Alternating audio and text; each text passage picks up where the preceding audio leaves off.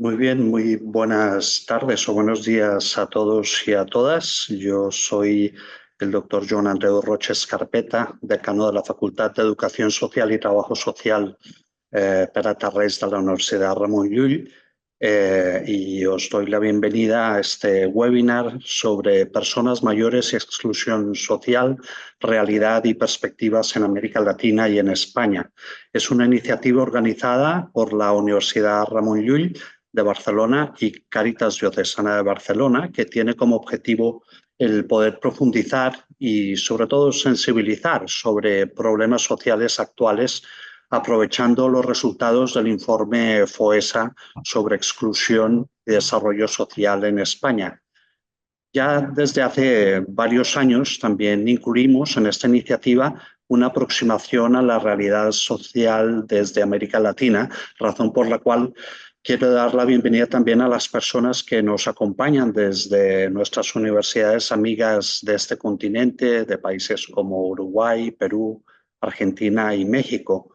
Y quiero saludar también en nombre de todos y todas el grupo de estudiantes de Educación Social de nuestra facultad, la Facultad Per a Tarrés, que siguen el webinar desde la asignatura Salud y Servicios Socioeducativos de la profesora Elena Raquena, así como darle la bienvenida a otros docentes y estudiantes de la Universidad Ramon Llull que se unen a este evento. Un saludo también a los y las profesionales de Càritas Diocesana de Barcelona y de la Fundación Per a Tarrés que se unen a nosotros por su interés en la temática de nuestro webinar.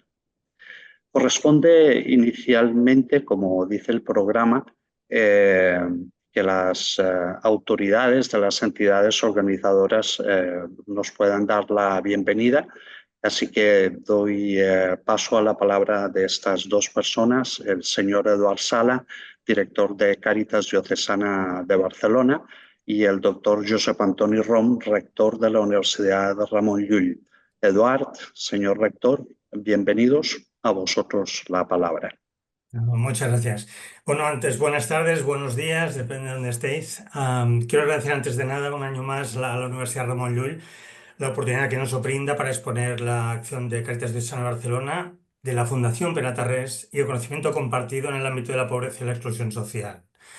En esta ocasión hablamos de aquellos que nos han cuidado, no de la generación de nuestros padres y madres o de vuestros abuelos y abuelas, ¿no? Son personas que han dedicado toda su vida a cuidar, pero que en muchas ocasiones cuando llega la hora de su jubilación, como decía el Papa Francisco, son descartados, ¿no? O relegados por una sociedad que prima la vida activa, ¿no? Porque hoy en esta jornada hablamos de nuestros mayores, ¿no? En Barcelona, aquí en España, las personas mayores que tienen más de 65 años representan actualmente en la ciudad un 21,6% de la población de la ciudad, ¿no? Y en el conjunto de España, uno de cada cinco de las personas en España son mayores de 65 años, ¿no? Nuestra ciudad, Barcelona, envejece como envejece todo el continente europeo, ¿no? El peso demográfico de los vecinos y vecinas de mayor edad va aumentando año tras año y las proyecciones del aumento de la esperanza de vida indican que las personas de mayor edad serán un segmento de población mayor, ¿no? De hecho, para el año 2050 se cree que 3 de cada 10 barceloneses tendrán más de 65 años y que 2 de cada 10 tendrán más de 80 años. Y a pesar de esa tendencia que ya encontramos ahora reflejada año tras año, ¿no? Los recursos públicos destinados a ese colectivo no están creciendo al mismo ritmo, ¿no? El envejecimiento de las personas es aún más pronunciado, y desde Cáritas lo vemos cada día, ¿no? Se va más pronunciado en aquellas personas que sufren la pobreza y la exclusión social, ¿no? De hecho, el proceso de envejecimiento se vive de forma muy diferente, depende del código postal donde vivas, ¿no? Según sea la posición socioeconómica, el contexto cultural, la red relacional y de apoyo, si eres o no propietario de tu vivienda, ¿no? Si tienes acceso a la red de salud y al ocio, si tienes pensiones dignas o ingresos dignos, ¿no? Y en general depende de la calidad de vida, ¿no? De hecho, vivir situaciones de pobreza provoca un envejecimiento prematuro, ¿no? En Cáritas lo observamos desde hace ya muchísimos años en personas que no han llegado ni a los 40 o 50 años, pero que muestran signos visibles, incluso físicamente, de mayor fragilidad, ¿no? Debido a la exposición prolongada al estrés, estas personas viven con un mayor deterioro físico que puede afectar drásticamente a aquellos que no tienen una vivienda estable, por ejemplo, haciendo que hay personas que pueden aparentemente envejecer entre 10 y 20 años más allá de su edad cronológica, ¿no? Y que sus perfiles de salud se asocien con los de las personas mayores. Y eso cada vez lo estamos viendo aún más reflejado en la medida que está aumentando la precariedad de los trabajos, significará precariedad en las pensiones y donde las personas que están haciéndose mayores, aquí en Europa, en muchas ocasiones dejan de ser propietarias de sus viviendas. Otro factor de pobreza es la soledad no deseada, ¿no? Que está relacionada con la erupción de situaciones de vulnerabilidad social, ¿no? Porque cuando faltan los recursos resulta más difícil desplazarse o participar en actividades, invitar gente a casa, relacionarte con otras personas. Y en muchas ocasiones el sentimiento de soledad se cronifica tras la pérdida de la red social, ¿no? La situación de la persona no evoluciona favorablemente y se incrementa el aislamiento social, lo que hace cada vez más complejo revertir la situación. En una época además donde en Europa al menos la estructura familiar es débil y muchas veces es inexistente, el envejecimiento como proceso evolutivo natural necesita espacios propios, ¿no? Espacios de seguridad y acompañados que alejen a los mayores de la soledad y el aislamiento, sobre todo para aquellos que, por ejemplo, no cuentan con un hogar digno donde vivir. De hecho, desde Caritas de Barcelona acompañamos al año aproximadamente más de 2.000 personas mayores de 65 años y no solo trabajamos para cubrir sus necesidades básicas, como puede ser la vivienda o la alimentación, en la medida que podemos, sino también para mitigar la soledad de muchos de ellos y de ellas que padecen esa situación de aislamiento, ¿no? En ese sentido, son muchos de los alumnos de escuelas, institutos o universidades, no sé allí cómo se debe llamar, pues a escuelas secundarias, institutos de secundaria, universidades que colaboran con Cáritas, ¿no? Y que dedican un día a la semana o dos a acompañar a alguna persona mayor que vive sola en su casa o en una residencia, ¿no? Y de hecho os animamos a que busquéis en vuestro barrio, en vuestro pueblo, en vuestra ciudad cualquier iniciativa, entidad que trabaje para acompañar a personas mayores que se sientan solas, ¿no? De hecho, os invitamos a cuidar de aquellos que nos han cuidado para construir una sociedad más intergeneracional y más fraterna, ¿no? De hecho, a veces lo olvidamos, pero el COVID, ¿no? O la enfermedad, las catástrofes naturales, el cambio climático, nos recuerdan que cada vez somos más frágiles, más vulnerables, más interdependientes. Siempre lo hemos sido, pero somos frágiles, vulnerables, interdependientes y de lo que a veces pensamos, ¿no? Y a veces olvidamos que todos, todas tenemos fecha de caducidad incierta, que nadie nos ha garantizado que vamos a vivir hasta cierta edad, ¿no? Y que en ningún caso nos han asegurado que seremos autónomos cuando nos llegue esa edad, ¿no? Donde la fragilidad se refleja en el cuerpo y en la salud, ¿no? De hecho, el reto, y de esta jornada también va de esto, el reto está en pasar de la ciudadanía a la cuidadanía, ¿no? Y eso Mm. depende no solo de políticas sociales fuertes que garanticen derechos y el cuidado de las personas más frágiles, más débiles, más vulnerables, sino también eso depende de que pasemos de ciudadanía a cuidadanía, de acciones individuales, grupales y comunitarias que nos permitan a todos y a todas sentirnos alguien para alguien queridos, queridas y seguros, seguras. Muchas gracias. Bueno, muchísimas gracias, Eduard. Yo creo que el director de Cáritas ha hecho un retrato súper fehaciente del tema y de lo que se va a tratar hoy aquí. Por lo tanto, no voy a añadir muchas cosas. Creo que esa frase que ha utilizado de ciudadanía a cuidadanía es una expresión clarísima de a lo que nos enfrentamos porque, como se ha dicho, las cifras son elementos para un diagnóstico. Y por tanto, tenemos las cifras que tenemos. El otro día se publicaba que en España en los últimos 10 años hemos perdido un 15% de niños y hemos ganado un 35% de mayores de 65. Esto es un hecho, es una realidad. Pero claro, una cosa son los hechos, las cifras y las realidades, y otra cosa es el contexto cultural y económico. Claro, ¿qué pasa? Que mm, no sabemos ni imaginarnos esta situación que empezamos a vivir, ni la imaginamos. ¿Por qué? Porque a lo largo de la historia de la humanidad, durante miles de años, hemos tenido envejecer, era un privilegio, que además se vivían, como ha dicho Eduard, en comunidades, se vivían en las comunidades familiares, en las comunidades rurales, etcétera.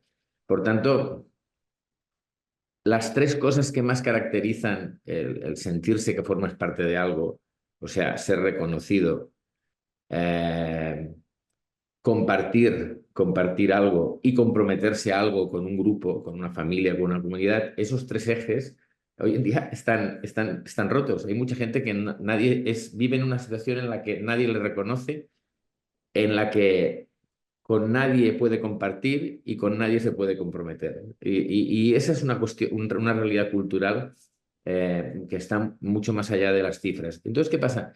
Que realmente no solo tenemos un importantísimo reto económico, sino que tenemos una realidad social que culturalmente no nos la podíamos imaginar, porque los que somos, los que tenemos una edad, como quien dice, no nos educaron para esto. No nos educaron para esto. Y entonces me ha gustado mucho cuando el director de Cáritas ha mencionado una cosa que yo creo que es una vivencia traumática, y no solo para las personas que tienen menos recursos, sino para toda la gente que se hace mayor, que es esa situación en la que dices, ostras, de repente me dejo de trabajar, de repente dejo de tener una serie de conexiones y de repente nadie me ha dicho qué significa hacerse mayor durante décadas. Esto no esto no sale en los libros, no sale en las historias, no, es una realidad completamente nueva. Por tanto, creo que este tema ni mucho menos se acaba con un webinar como este. Y para acabar, quiero decir que la responsabilidad de la universidad hoy en día es estar conectado con la realidad social y contribuir a la transformación, porque, como he dicho antes, si estamos ante un cambio cultural profundo, tenemos que educarnos de una manera distinta. Todos los arquetipos, todos los tópicos, todos los modelos con los que hemos crecido, valen cada día menos. Por tanto, hay que redefinir todo eso y hay que redefinirlo para tener una vida más o menos plena, no para irnos para una especie de mundo limbo en el que de repente vamos a ser tantos millones de personas mayores y solitarias que vamos a vivir como una realidad aparente, ¿no? Y por tanto estamos muy contentos desde la universidad de que con Cáritas podamos abordar temas como estos, que son los retos sociales del presente en su máxima dimensión, con una complejidad increíble que afecta a muchos aspectos interrelacionados, y esperemos que sea de provecho para todos los asistentes de hoy, los estudiantes de la Pere Tarrés y las personas que se han conectado a este curso, a estas charlas, que esperemos que nos permitan convertirnos un poco en pequeños agentes transformadores de esta realidad. Muchas gracias. Gracias a ti, señor rector, y gracias, Eduard, no solo por estar aquí con nosotros, sino por vuestras palabras de acogida y diría también de sabiduría que nos aproximan a las intervenciones de los expertos que nos acompañan hoy. Me corresponde como presentador, por decirlo así, el dar un contexto a los contenidos de este webinar, pero dado lo que ya nos han aportado Eduard y el rector, no me extiendo mucho sobre este tema, pero sí que quisiera añadir que delante de esta realidad sobre las personas mayores en riesgo de exclusión social, muchas entidades sociales, como por ejemplo Cáritas y también la Fundación Pere Tarrés consideramos fundamental el incorporar un modelo de intervención social que fomente la participación, la convivencia, la independencia, la autorrealización, la autonomía y la potenciación de las capacidades de los individuos más allá de poder cubrir sus necesidades más básicas, ¿no? Y todo ello con el objetivo de que las personas mayores, los adultos mayores en riesgo de exclusión social, tengan una vejez digna. Y de cara a dar a conocer esta realidad en España y en América Latina, este webinar, como comentamos, tiene como objetivo el dar a conocer y el sensibilizar sobre la situación de las personas mayores en riesgo de exclusión social en España y América Latina, aportando datos que nos permitan comprender la complejidad y la importancia de esta situación, pero no solo eso, lo que nos interesa también con estos webinars, con estas charlas, si queréis decirle así, es también el poder presentar algunas buenas prácticas orientadas a afrontar la gravedad de esta situación, ¿no? Y para lograr este objetivo contamos con la participación de 3 personas expertas en el ámbito del análisis de la realidad social y de la intervención social. Para iniciar, tenemos el gusto de poder contar con la doctora Cecilia Rosell, vicerrectora de Investigación e Innovación de la Universidad Católica de Uruguay. Cecilia, bienvenida. Un gusto verte de nuevo y poder Muchas contar gracias. contigo Un gusto para mí. hoy. Cecilia es doctora en Gobierno y Administración Pública del Instituto Ortega y Gasset de la Universidad Complutense de Madrid. Hablamos el otro día que tiene un muy buen recuerdo del tiempo que estuvo estudiando en Madrid. Está especializada en regímenes de bienestar y desigualdad en América Latina y nos hablará sobre personas mayores y exclusión social en América Latina, una aproximación desde Uruguay. Quiero agradecer la presencia de la doctora Rosell, dado que pese a tener muchos otros compromisos, igualmente ha hecho el esfuerzo de estar con nosotros y por este motivo tendrá que abandonarnos, desafortunadamente, antes de que termine el evento de hoy, pero te queremos agradecer tu interés en poder estar hoy con nosotros. Gracias nuevamente, Cecilia, y a ti la palabra. Muchas gracias, Joan Andreu. Bueno, la agradecida soy yo. Gracias realmente por la invitación. Es un gusto para mí poder estar. Me disculpo de antemano por tener que irme antes, pero bueno, no me quería perder esta oportunidad de poder compartir algunas cosas con ustedes. Así que, sin más, voy a compartir una presentación. A ver si logro compartir mi pantalla. Y ustedes me dicen si se ve. ¿Se ve? Sí, sí, la vemos. Gracias, Cecilia. Perfecto. Bueno, entonces lo que quiero compartir ahora, un poco conversando con Joan Andreu y con más o menos lo que habían pensado respecto a este webinar, traer algunas cosas que hemos aprendido en América Latina sobre la exclusión social en los adultos mayores y sobre cuáles son un poco los ejes estructurantes de esta exclusión social, qué es lo que viene pasando en la región y algunas notas sobre Uruguay, que en realidad más que centrarme en Uruguay, a medida que fui armando la presentación, resolví ir intercalando algunas referencias al caso uruguayo, que es un poco particular para América Latina, pero tampoco representativo de lo que es la región. Entonces, bueno, nada, lo voy a ir contando más o menos de esa manera, ¿sí? Hay como, uno puede mirar la exclusión social de las personas mayores desde muchos puntos de vista, hay muchas dimensiones que tienen que ver con cuestiones estructurales, con cuestiones culturales, con cuestiones familiares, la soledad, en fin, es un tema enorme.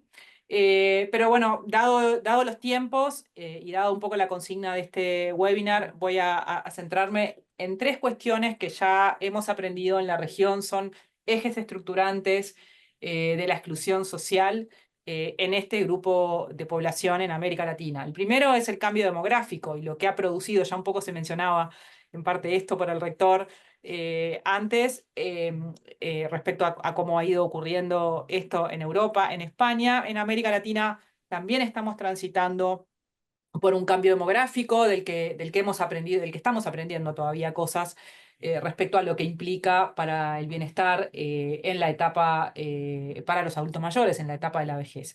El segundo punto son los sistemas de protección social. ¿Qué tenemos en la región para dar respuesta a las necesidades de bienestar de este grupo de la población? ¿Cómo lo venimos haciendo y cuáles son las deudas que tenemos?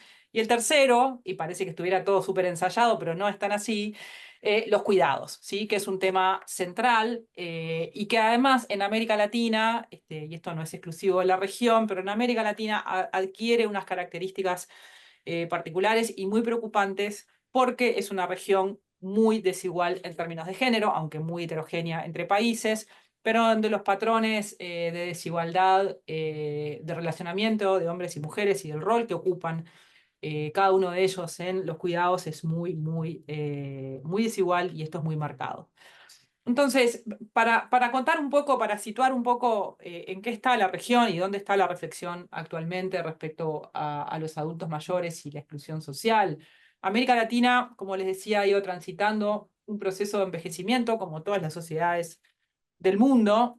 En la región se ha ido dando con un cambio en la estructura de edades que tiene que ver básicamente con el descenso de la fecundidad y de la mortalidad, que ya tiene varias décadas, y un proceso de envejecimiento que, si bien en muchos sentidos está todavía lejano del proceso que han recorrido otras sociedades y países, por ejemplo, los países europeos, en otras se parece mucho, en otras dimensiones se parece mucho y estamos prácticamente igual. De hecho, en los próximos 35 años, el peso relativo de la población adulta mayor en la región va a aumentar de manera muy marcada, pasando de lo que hoy es un 15% más o menos, 16% a nivel promedio de la región, a un 30% en las próximas 3 décadas, lo cual es un cambio cósmico, digamos, que todavía estamos tratando de ver, todavía no lo entendemos del todo como bien se planteaba antes. Esto sin perjuicio de que, por supuesto, hay variaciones importantes entre países y hay países que están más atrasados en este proceso y otros como Uruguay, que están ya muy avanzados y con cifras muy parecidas a las que tienen los países europeos, ¿sí? Como ven, solamente para compartir algunos datos, esta gráfica muestra el peso de la población de 60 años y más, estimada y proyectada entre 1950, que es donde empieza el eje horizontal, a 2060, y como se ve, a partir del 2004, 2007, ¿no? Los primeros años de la década del 2000, la curva empieza a cambiar drásticamente su dirección y digamos que algunas cosas, procesos que estaban más o menos en curso en algunos países y que todavía no estaba del todo claro el ritmo que iban a ocurrir, hoy está como muy claro cuál es el horizonte que tiene la región por delante. Esto ha hecho que cambiara drásticamente y que vaya a seguir cambiando la pirámide poblacional, ¿sí?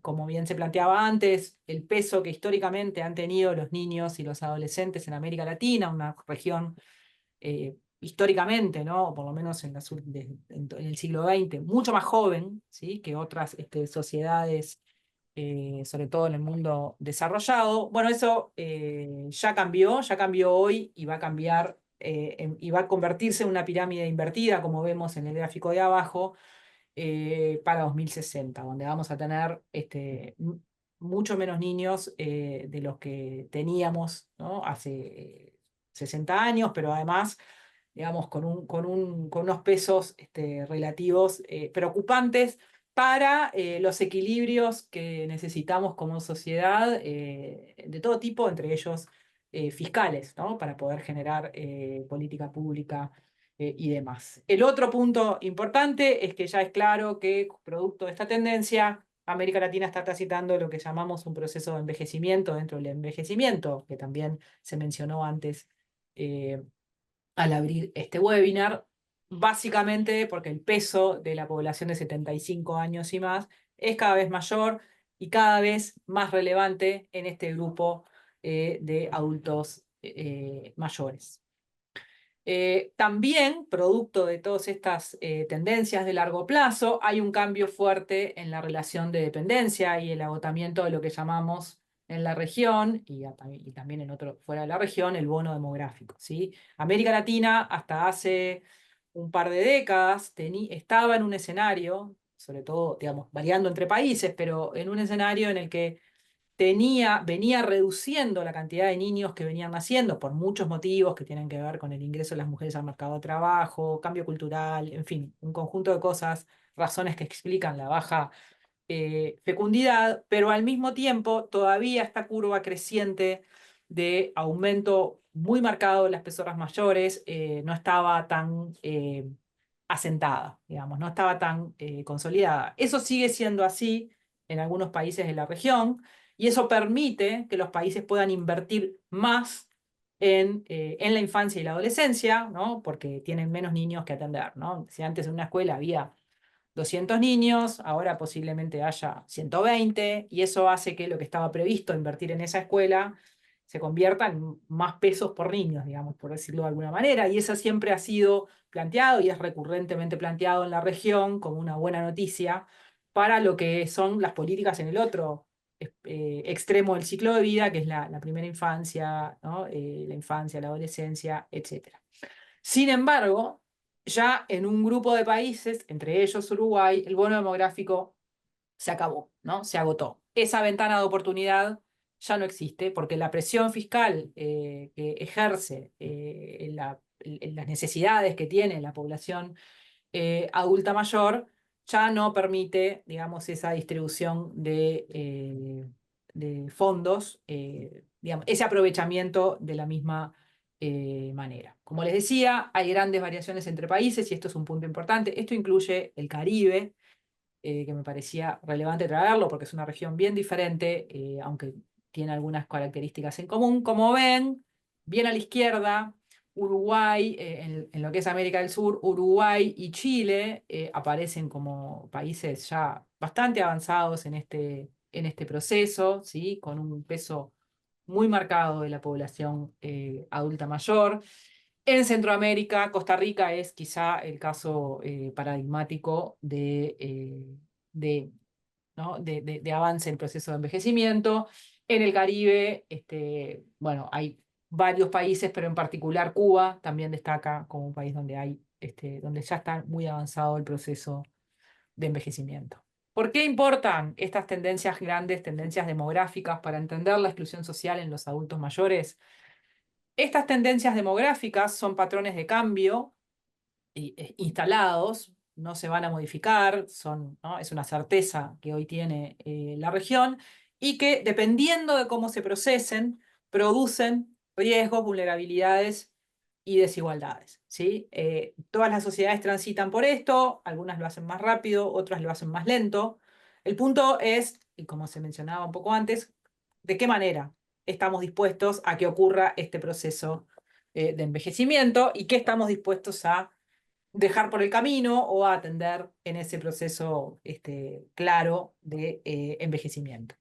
Y esto plantea, digamos, por lo menos hay tres desafíos claros para el bienestar. Hay más, pero simplemente yo puse tres acá para tener presentes, que son las garantías básicas de salud y el rol del Estado en esto, en garantizar esto, la protección social y los cuidados. Y marqué en negrita la protección social y los cuidados porque me voy a centrar solamente en estos dos por una cuestión de tiempo, sin dejar de recordar que este es un fenómeno multidimensional y que muchas de estas piezas están conectadas y que hay otros asuntos de gran relevancia a los que no me voy a referir, pero que son importantes para entender la exclusión en los adultos mayores en la región, ¿sí?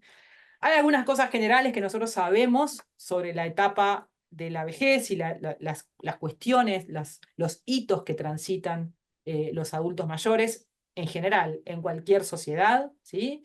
Y por lo menos en las de América Latina, sin diferencias. Es una etapa de paulatina disminución del rol laboral activo, de salida al mercado de trabajo, que no tiene por qué ser de un día para el otro, pero en la que se empieza a transitar ese proceso con más, menos diferencias o más, menos tiempo, dependiendo de la legislación de los países y también de los mercados laborales de las sociedades, con un incremento en las necesidades de salud y que se traduce en una mayor dependencia, ¿sí? con situaciones o eventos biográficos clave, que son el retiro, como dije, el mercado de trabajo y el acceso a la jubilación o las pensiones, digamos, jubilación equivale a pensiones en uruguayo, la viudez y el estado de mayor soledad, ¿sí? Que puede estar asociado a la viudez y también a la ruptura de los vínculos familiares o al deterioro de los vínculos familiares, el deterioro de la salud, la pérdida de autonomía física y la modificación del rol social, ¿no? Y esa referencia a la que se hacía antes respecto a personas activas que trabajan, que tienen vínculos y demás, y que en algún momento, no necesariamente ellos, pero la sociedad o el contexto en el que están, las coloca en un lugar como de invisible, ¿no? Por decirlo de alguna manera, para ser, digamos, drástica, obviamente todo esto tiene muchos atenuantes, pero quiero plantearlo de esta manera para no perder el hilo y para hacer un poco el punto. Entonces la idea central y lo que hemos aprendido en la región es que la forma en que las distintas personas transitan por estos eventos depende de factores sociodemográficos estructurales, como sexo, lugar de residencia, nivel educativo, nivel de ingresos, pero también de los efectos diferidos de experiencias anteriores. Por eso es tan relevante cuando entendemos o cuando analizamos el bienestar en los adultos mayores, no desconocer que lo que estamos viendo hoy es el resultado de lo que generamos o fuimos capaces de resolver bien o mal, capaces las sociedades, no las personas, en las etapas anteriores del ciclo de vida, ¿sí? En particular, las trayectorias familiares y laborales, la capacidad de acumular, de ahorrar, ¿no? De tener activos físicos, la posibilidad de tener, de haber tenido acceso a la educación, de haber tenido acceso a la protección social, es clave para garantizar el bienestar de los adultos mayores y los logros que los sistemas de protección social tienen en esta etapa, ¿sí? Para quienes han contado con acceso a la protección social contributiva o han tenido capacidad de ahorro en su etapa adulta, hay un cierto uso del stock generado en las etapas anteriores, digamos, ¿no? Y para quienes no lo han tenido, hay una etapa de dependencia económica y de deterioro y pauperización creciente. ¿Y por qué traigo todo esto? Porque en América Latina, la manera en la que se procesa, digamos, o se transita por este proceso de envejecimiento, tiene muchas desigualdades. Como ustedes saben, América Latina a veces se pelea el rol, ¿no? El lugar en el ranking con alguna otra región, pero es consistentemente la región más desigual del mundo, y eso no es ajeno, o este asunto no es ajeno a ese contexto de desigualdad que pauta todo lo que pasa en la región, ¿sí? Entonces, América Latina es una región en la que el proceso de envejecimiento es distinto dependiendo si ocurre en zonas rurales y urbanas, afecta de manera distinta a mujeres y a hombres. Es un proceso altamente feminizado, ¿sí? En el sentido de que, como pasa en otras regiones del mundo, las mujeres tienden a vivir más años, su expectativa de vida es mayor, y eso, combinado con déficits que tiene la región en términos de protección social y de políticas públicas firmes para reducir desigualdades, produce enormes vulnerabilidades al final, en esta etapa, al final de la vida. En materia de protección social, el componente central por el cual la región ha ido atendiendo las necesidades de estos sectores son las jubilaciones y pensiones, ¿sí? Y han habido en la región muchas, y lo sintetizo en un minuto, una cosa que es muy compleja, han habido muchas vaivenes, idas y vueltas respecto a cómo resolver las necesidades de bienestar de esta población, en particular. La región atravesó por un proceso de privatización de sistemas de pensiones durante los 80s y 90s muy profundo, que al mismo tiempo produjo enormes vulnerabilidades en los años posteriores. Algunas de esas cosas ya las sabíamos en aquel momento y otras las fuimos aprendiendo en el camino, digamos, ¿no? Y como reacción a ese proceso que tuvo como componente central la privatización y la generación de sistemas de cuentas de ahorro individual como un asunto central de los sistemas de pensiones en la región, Como reacción a esa etapa, hubo en los últimos 15, 20 años algunas medidas para ir de alguna manera contrarrestando lo que se generó en ese momento.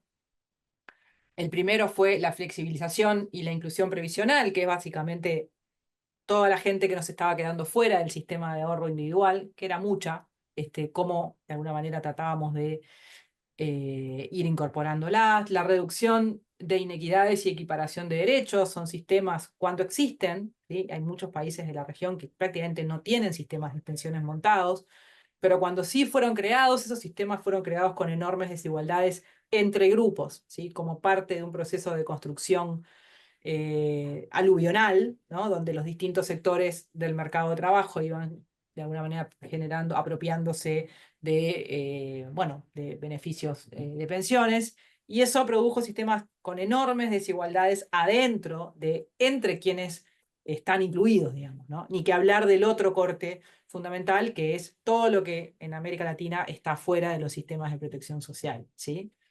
Tanto en la etapa activa como en particular en la etapa de la vejez para cubrir las necesidades de los adultos mayores. También hubo un proceso de reconocimiento de desigualdades de género, porque las mujeres en América Latina trabajan en mercados laborales muy desiguales, su ingreso al mercado de trabajo es tardío, y eso ha producido que hemos tenido ejércitos de mujeres que llegan a esta etapa sin ingresos propios y sin tampoco poder acceder a ingresos o a pensiones vía sus parejas, ¿sí? Por el simple hecho de que esas parejas ya culturalmente no tienen el mismo peso y no necesariamente existen como existían hace décadas, ¿sí? El otro punto central ha sido el fortalecimiento del pilar solidario como reacción, como decía, a estas reformas, y una cierta movimiento hacia tratar de regular mercados laborales que son altamente desiguales y donde la informalidad tiene un peso central y por lo tanto toda esa gente está fuera de los sistemas de protección social y en particular de los sistemas de pensiones. Persisten enormes desafíos de cobertura y también de suficiencia respecto a las pensiones, que han sido, insisto, el instrumento central por el cual los sistemas de protección social han ido llegando o intentando dar respuesta a las necesidades de los adultos mayores, ¿no? Lo que ha pasado es que los sectores de menores ingresos y de menor nivel educativo han estado en franca desprotección y exposición a riesgos cuando se los compara con los sectores que están en mejor situación económica. Y si bien es cierto que en América Latina se dio un fenómeno interesante y raro de creación y expansión de pensiones no contributivas asistenciales, ¿sí? Que no requerían haber contribuido a la seguridad social a lo largo de la etapa laboral, ¿sí? Estas pensiones son todavía muy, muy pequeñas y hay grandes sectores que están todavía descubiertos, a los que todavía no estamos llegando con estas pensiones no contributivas. Entonces tenemos de alguna manera un sistema dual que reproduce lo que se da en la etapa activa, ¿sí? Si las personas lograron trabajar, contribuir a lo largo de toda su vida, no ser informales y demás, más o menos en algunos países, ¿sí? Quizá más del Cono Sur, logran tener una protección social, un acceso a pensiones, pero si esto no pasó, lo cual es muy frecuente y además tiene un claro sesgo de género, las personas están enfrentadas a situaciones de enorme vulnerabilidad y exclusión social en esta etapa. Solamente para mostrar en qué está, estos son los datos de la percepción de pensiones contributivas y no contributivas para personas mayores de 65 años en la región. Estos son datos del 2020 y como ven, hay países en los que la cobertura está cerca del 90% combinada, ¿no? Esto no quiere decir que todo el mundo reciba una pensión digna, simplemente quiere decir que por lo menos están siendo tocados por algún tipo de pensión. Hay países como Argentina, bueno, Bolivia es un caso particular porque tiene una pensión no contributiva prácticamente universal. Brasil, Chile, Uruguay son países que más o menos logran coberturas razonables, pero pues como ven, hay otro grupo importante de países y faltan otros donde la cobertura no llega a los mínimos, ¿sí? Y hay casos como el de El Salvador o República Dominicana, Perú, incluso Colombia, que tienen coberturas que están muy, muy alejadas de lo que se espera si tuviéramos la fantasía o el ideal de cubrir a toda esta población y más o menos resolver por la vía de las pensiones, que es un mínimo, las necesidades de bienestar de este grupo. El último punto son los cuidados. Hay una demanda de cuidados en aumento, ¿no? Básicamente por el aumento de la cantidad de población, ¿no? Que está en esta etapa, pero también por las necesidades, por la profundización de la dependencia que ocurre en esta etapa. Y estas demandas de cuidados, digamos, de alguna manera cambiaron, están cambiando, creo que no cambiaron aún, pero están cambiando la configuración, la preocupación sobre los cuidados que existe hoy en América Latina, ¿no? Quizá ustedes no lo saben, pero en América Latina hay una discusión bastante clara hoy desde las políticas públicas sobre cómo atender las necesidades de cuidados de los niños pequeños, ¿no? Cómo facilitar la inserción de las mujeres en el mercado de trabajo, cómo, ¿no?, reducir esas barreras que existen para que las madres puedan trabajar.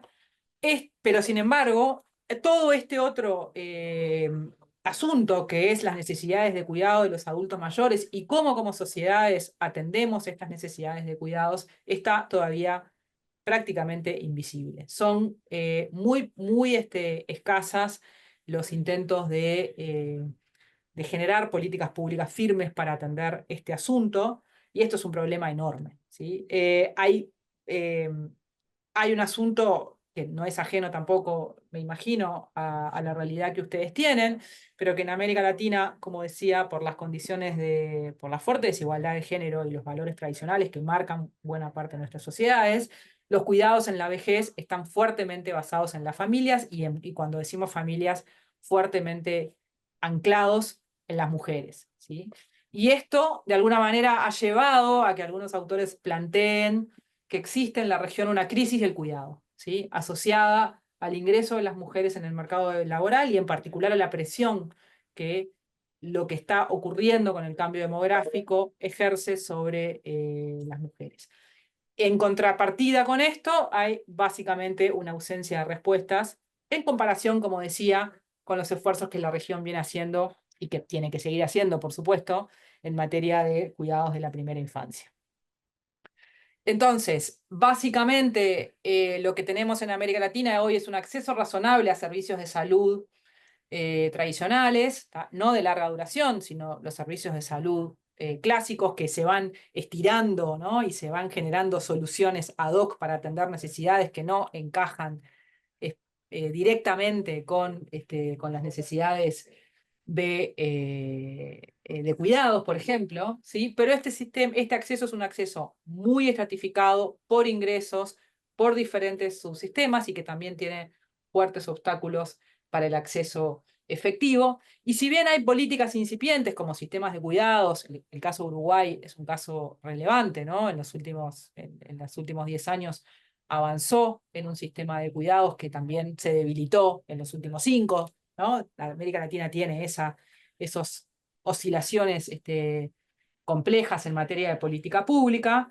Si bien existen algunos intentos, todavía estamos muy lejos de tener una mínima arquitectura que dé respuesta a las necesidades urgentes, ineludibles que estamos teniendo como sociedad. Hay, además, en la mayor parte de los países, gran debilidad del Estado para llevar a cabo estas funciones y también para articular con otros actores de la sociedad civil que hacen un trabajo muy valioso en este tema. Hay una escasa oferta de alternativas para el cuidado en el hogar y hay una invisibilidad enorme de los cuidadores, en particular mujeres, con un mercado muy desregulado. En suma, y creo que estoy todavía ya en tiempo, la región tiene desafíos ineludibles para los países de la región. Para muchos ya esos están hoy y para otros están en un futuro que realmente no es tan lejano, con altos niveles de desigualdad entre y al interior de los países en los procesos de envejecimiento, lo que produce una presión fiscal para dar respuesta a necesidades de atención de la salud, la protección social y los cuidados,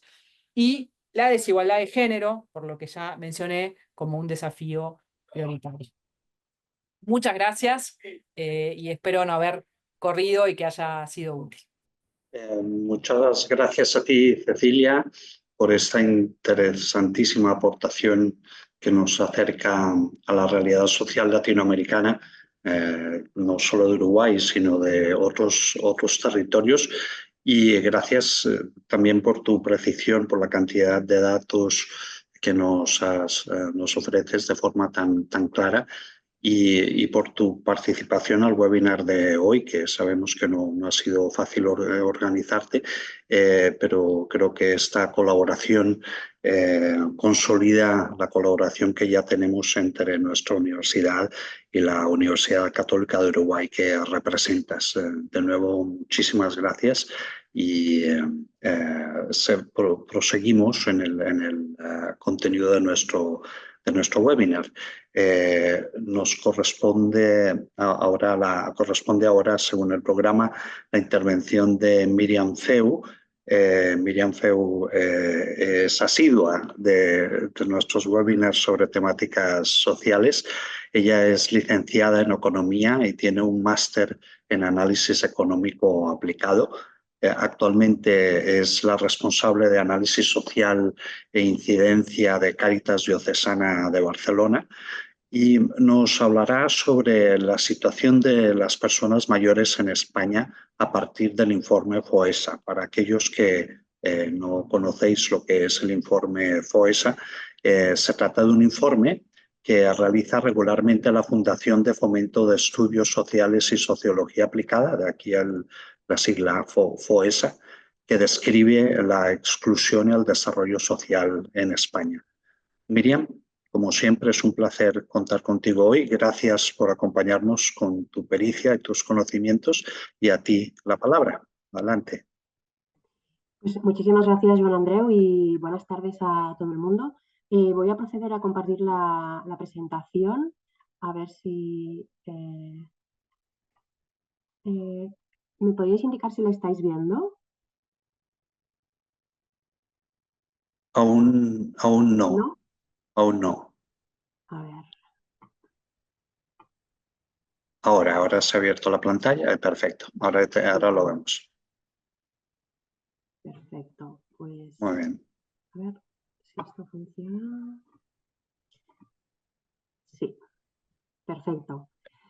Pues muy bien, pues como os comentaba ahora Joan Andreu, yo os explicaré, os daré una pincelada de estos estudios que realiza la Fundación FOESA, que es una fundación que fue promovida por Cáritas en el año 65 y desde entonces se dedica pues, a hacer esta radiografía muy completa de la situación de exclusión social en el conjunto de España y en sus comunidades autónomas. Desde 1995 existen ya también estudios territoriales de las comunidades autónomas.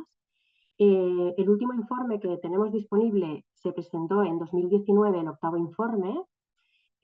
Ahora, en estos momentos, están realizando el 9º informe FOESA, que se presentará el año que viene, aunque sí que es verdad que disponemos de algún avance de algunas cosas que también os comentaré.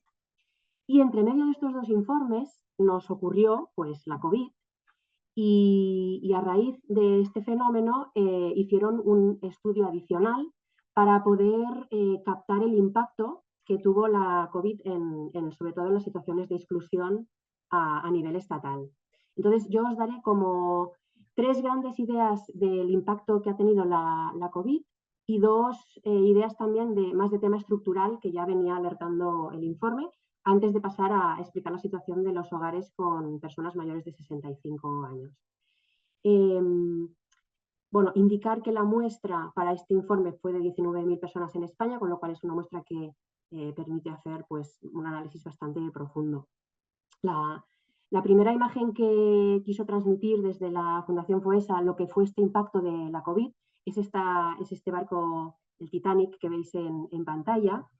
Un poco queriendo indicar que fue un shock sin precedentes y fue un shock muy desigual, ¿no? Así como en aquel momento la presencia de un iceberg podía ser posible, pero nadie la esperaba, pues la presencia del virus de la COVID podía ser posible, pero tampoco la esperábamos, ¿no? Nos fastidió el viaje a todos porque todos viajamos en el mismo barco, pero lo hizo de una manera muy desigual, ¿no? Así como las personas que estaban en primera clase en el Titanic pudieron disponer de botes salvavidas y se pudieron salvar la mayoría, las que estaban en tercera clase no dispusieron de estos botes y muchas pues murieron ahogadas, ¿no? Pues es un poco este paralelismo con una parte de nuestra sociedad que ya se encontraba en una situación de gran vulnerabilidad antes de este shock y que tuvo un impacto mucho más alto en sus vidas que otras personas. Y también indicar que la Fundación FOESA intenta como traspasar un poco la mirada puramente de pobreza económica. Ahora no sé si estáis viendo bien la imagen, yo no la estoy viendo bien, no sé si es... Ah, vale. Lo que intenta es dar una imagen del concepto de exclusión social y que si vemos en estas dos fotos, por ejemplo, la de la izquierda que hay una persona durmiendo en un banco que representa que es una persona sin hogar, sí que nos puede dar esta imagen de pobreza severa y a la vez exclusión severa, pero la otra imagen que no sé si estáis viendo, que es de una señora mayor que está mirando por la ventana, es una imagen que no asociamos tanto con una situación de pobreza económica, porque quizá dispone de una pensión que aunque sea pues austera, le permite pues ir viviendo hasta final de mes, pero en cambio tiene otro tipo de pobreza o de pobrezas más, por ejemplo, de soledad no deseada, a lo mejor ha perdido todos los vínculos con la familia, sus redes sociales, y es una persona pues que si se pone enferma no tiene nadie que le ayude, que le prepare pues lo que necesite, etcétera, ¿no? Entonces, desde la Fundación lo que intentan es captar 8 dimensiones del concepto de exclusión social que nos dan como una imagen mucho más completa de la situación de muchas de las personas que atendemos después desde entidades sociales, ¿no? Son estas 8 dimensiones que veis aquí, ¿no? Que evidentemente tienen una parte económica muy importante, toda la parte del empleo, de la privación material, pero además también tienen en cuenta todo lo que es la participación, todo lo que son los problemas relacionados con la vivienda, con la salud, con la educación, y luego más con el conflicto social y con la soledad o el aislamiento social, que es lo que comentábamos, ¿no?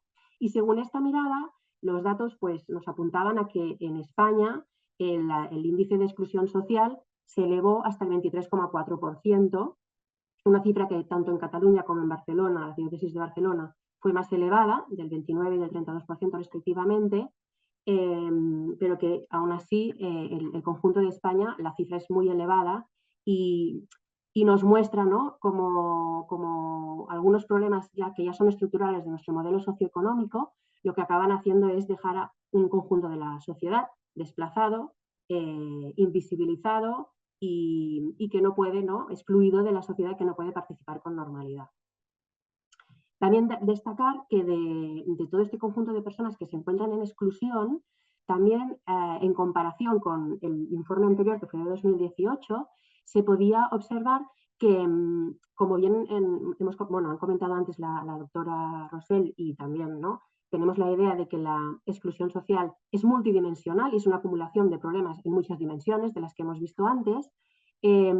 Sobre todo las personas que tenían más acumulación de dificultades, las que estaban en el extremo, las que estaban peor, son las que tuvieron también un aumento relativo más elevado, ¿no? O sea, con lo cual la pobreza severa, la exclusión severa, se vio muy afectada realmente con el shock de la COVID.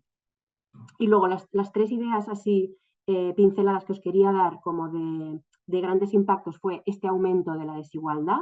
Si disponemos a la población por grupos según su nivel de renta, las ponemos en un edificio de 5 plantas, las que estaban en la primera planta, el 20% con más recursos, tuvieron una situación que quizá empeoró un poco, pero nada que ver con los que estaban en la primera planta, ¿no? De hecho, se duplicó la distancia entre los ingresos de la primera y de la quinta planta. Y no solo eso, sino que la distancia entre la primera y la tercera planta también aumentó. Es decir, las personas que estaban en esta primera planta realmente se estaban quedando y se están quedando a mucha distancia del resto de las plantas de nuestra sociedad, ¿no? O sea, este aumento de la desigualdad preocupante. Después, otra pincelada es sobre el tema de la vivienda. Aquí también en España, ¿no? Sí que es verdad que el tema de la vivienda preocupa a nivel europeo, pero en España hay 3 características que nos hace preocupar todavía más, ¿no? Una es este sobrecarga que tenemos del coste de la vivienda. En España es de los países en donde la sobrecarga es más alta. El esfuerzo económico que hay que hacer para pagar la vivienda es más alto, sobre todo para un segmento de la población que es el que vive de alquiler, ¿no? Por otro lado, el parque de alquiler social sabemos que también es de los más pequeños, es decir, las personas que no pueden acceder al precio de mercado, la alternativa que tienen es muy limitada, ¿no? No es suficiente. Y por otro lado, la protección social es de las más bajas, ¿no? O sea que tenemos este cóctel que para las personas en situación de exclusión social aún es más problemático y que se les añaden problemáticas añadidas, ¿no? Como por ejemplo vivir pues en espacios, en entornos degradados, en no tener, tener insuficiencia de espacio disponible, no disponer de nuevas tecnologías en la vivienda, etcétera, ¿vale? O sea que el tema de la vivienda hay que también destacarlo.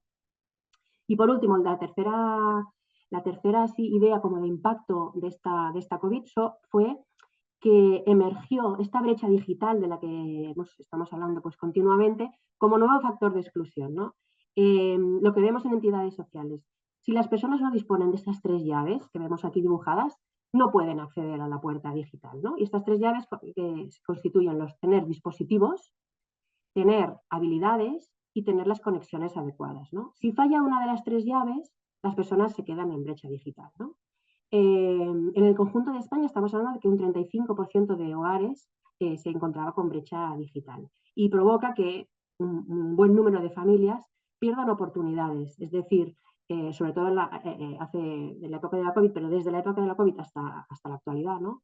Realizar entrevistas de trabajo, relacionarse, poder acceder a cursos de formación, pues tiene un componente de brecha digital que para las personas que no pueden acceder, pues se van quedando atrás. Entonces, al lado de estos 3 pues shocks, ¿no? de la COVID que se hicieron más intensos, la Fundación FOESA también destaca 2 elementos que son estructurales y que cabe tener en cuenta sobre todo en el tema que tenemos a día de hoy, ¿no? El primero es el de cambios demográficos y aquí no me extenderé mucho porque lo ha explicado de manera brillante la doctora Rosell, pero al final es este proceso que estamos de transición demográfica, con este aumento de la supervivencia y este descenso de la fecundidad, pues al final nos lleva a tener, bueno, un aumento de la esperanza de vida, evidentemente, y una de las poblaciones en España que es de las más longevas. Estamos inaugurando nuevas edades, ¿no? Y que cada vez conviven más edades y más generaciones.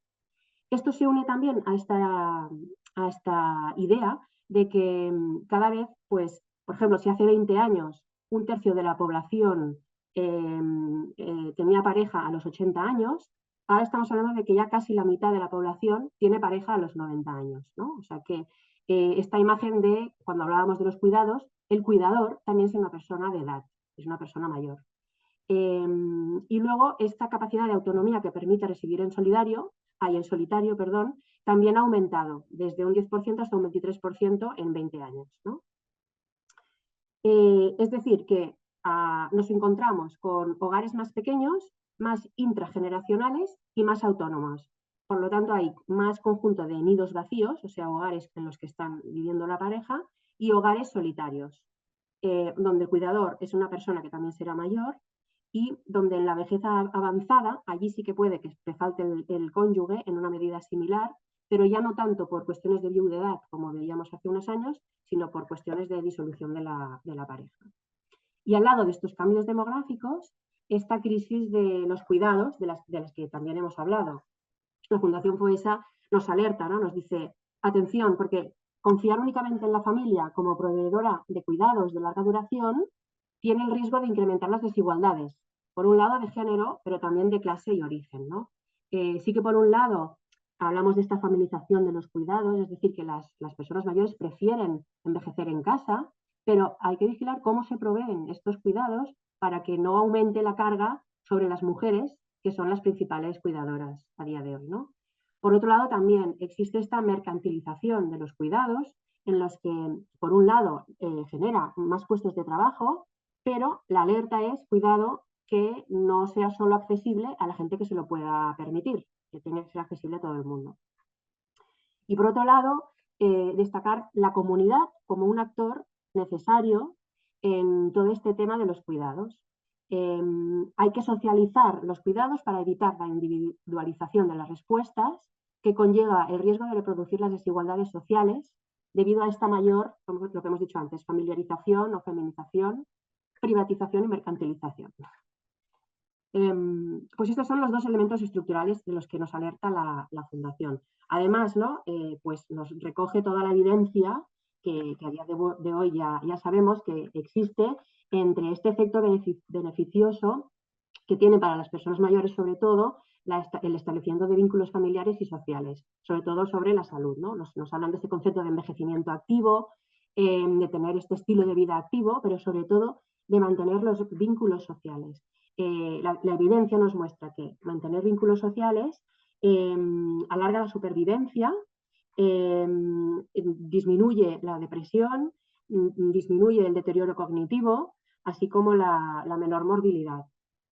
Y para los mayores, mantener relaciones sociales activas, estar integrados en la familia y en la comunidad, repercute en una mayor satisfacción y mejora del bienestar emocional, aparte de todos los comportamientos saludables, ¿no? Es decir, la estructura e intensidad de las interacciones de la red familiar y social tienen efectos protectores sobre la salud y la autonomía a medida que avanzamos en la vejez, ¿no?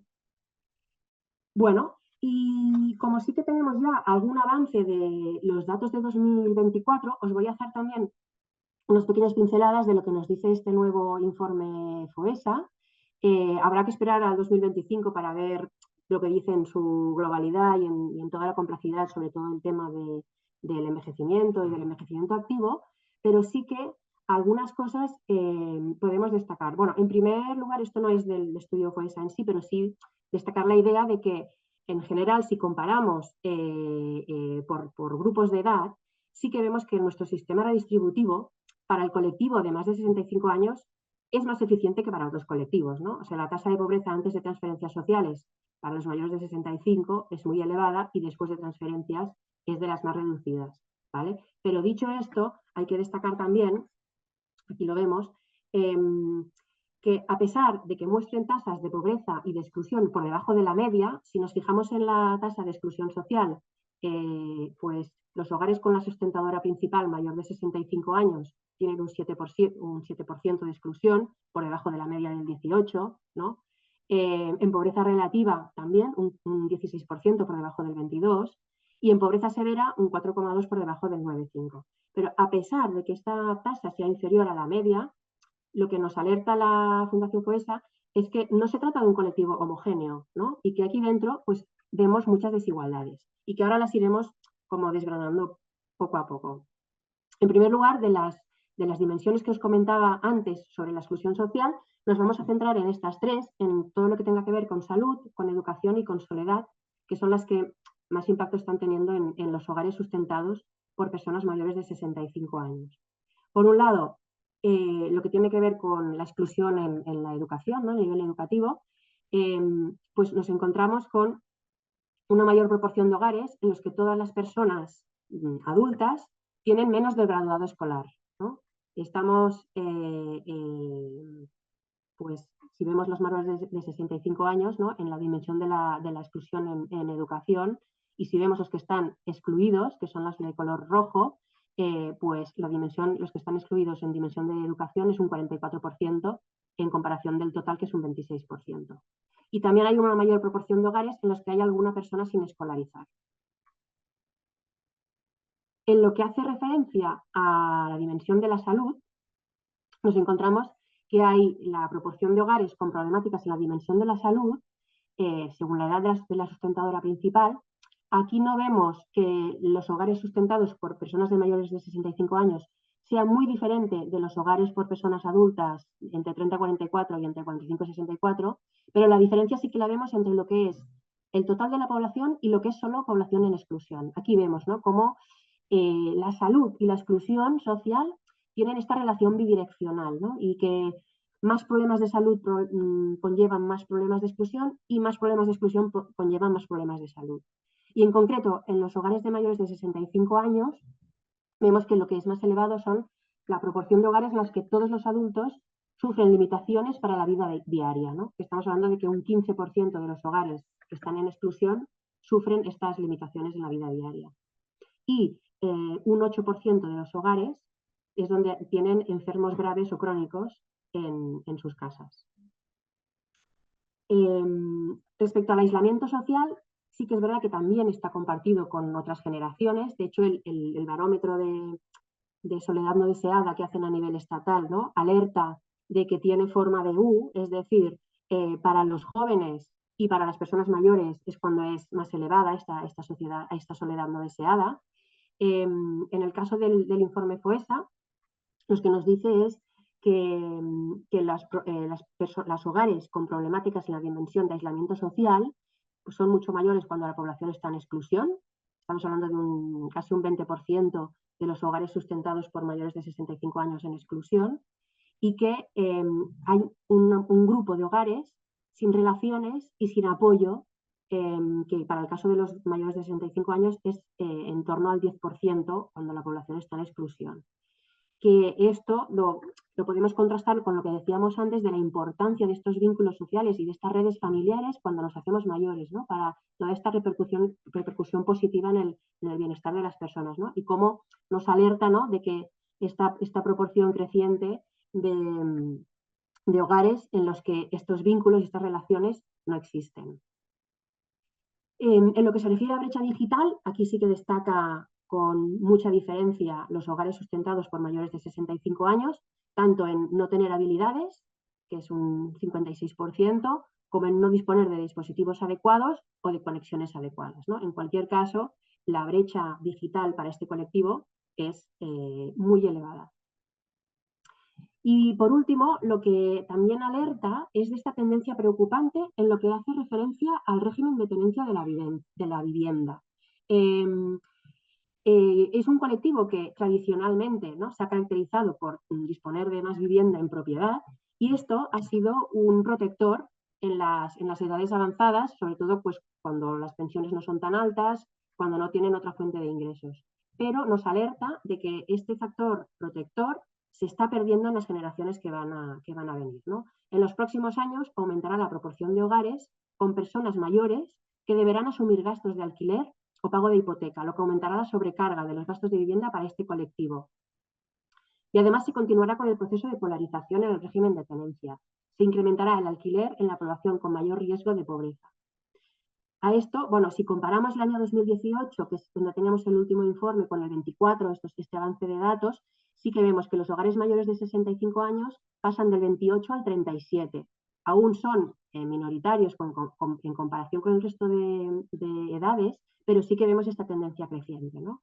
Y además a esto se añade otra tendencia preocupante. Cada vez hay más hogares con personas en situación administrativa irregular que llegan a la edad de más de 65 años sin haber cotizado lo suficiente y sin poder acceder a pensiones no contributivas, además de los problemas en vivienda que destacamos y de su falta de acceso, ¿no? También este estudio del Institut Metrópoli de la ciudad de Barcelona viene a reforzar esta idea de la pérdida del papel protector de la vivienda. Si comparamos la tasa de riesgo de pobreza antes y después de pagar los gastos de vivienda para la población de 65 y más años, vemos que si vivían en propiedad pasan de un 15 a un 25, hay un aumento de 10 puntos. Pero en cambio, si vivían de alquiler, pasan del 22 al 47, ¿vale? O sea que prácticamente estamos doblando la tasa de pobreza.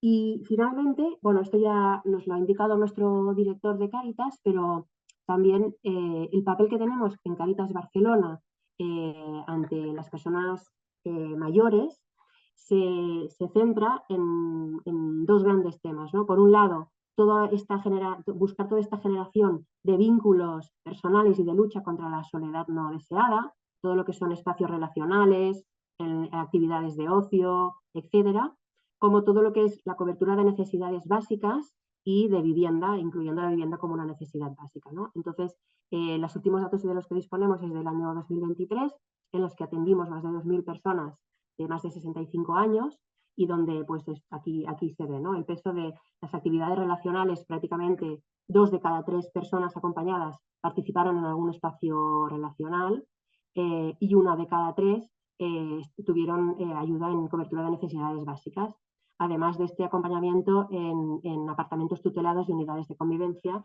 en los que acompañamos a un 3% de estas personas. Y ya está, con esto ya terminaría y pues, si tenéis alguna pregunta, pues aquí estoy para responder. Muchísimas gracias.